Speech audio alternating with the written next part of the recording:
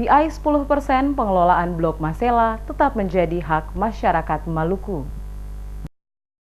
Abdullah Marasebesi, Wakil Ketua Komisi B DPRD Maluku, secara tegas menolak pembagian hasil partisipasi interest atau PI Blok Masela sebesar 10% dengan Provinsi Nusa Tenggara Timur. Kepada DMS Media Group, Marasebesi mengatakan sampai dengan saat ini masyarakat Maluku masih mempunyai hak penuh atas kepemilikan PI 10% pengelolaan Blok Masela sesuai dengan apa yang sudah menjadi kesepakatan bersama pemerintah Provinsi Maluku dan pemerintah pusat. Oleh karena itu, pernyataan Menteri Energi dan Sumber Daya Mineral Ignatius Jonan terkait hak partisipasi interest tersebut dalam pengelolaan gas alam abadi Blok Masela dialokasikan untuk Maluku dan NTT tidak bisa diterima oleh rakyat Maluku. Selaku wakil rakyat, dirinya memastikan sampai dengan saat ini belum ada pembicaraan yang dilakukan oleh pemerintah pusat bersama dengan pemerintah daerah Maluku, termasuk para wakil rakyat di DPRD Maluku soal rencana pembagian PI 10% dengan pemerintah Provinsi NTT. Untuk itu, kepemilikan hak PI 10% pengelolaan gas alam abadi Blok Masela masih seutuhnya diserahkan kepada daerah Maluku.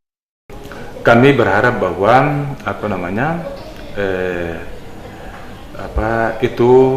pernyataan itu semoga itu menjadi wacana, karena apa yang kami ketahui dan kemudian berdasarkan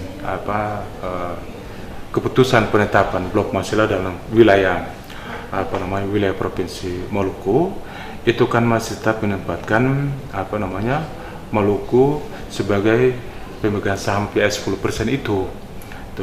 Dan kasih tahu kami dan kesepahaman kami masyarakat Maluku secara keseluruhan bahwa PI 10% itu tetap menjadi hak pengelolaan dari pemerintah Provinsi Maluku.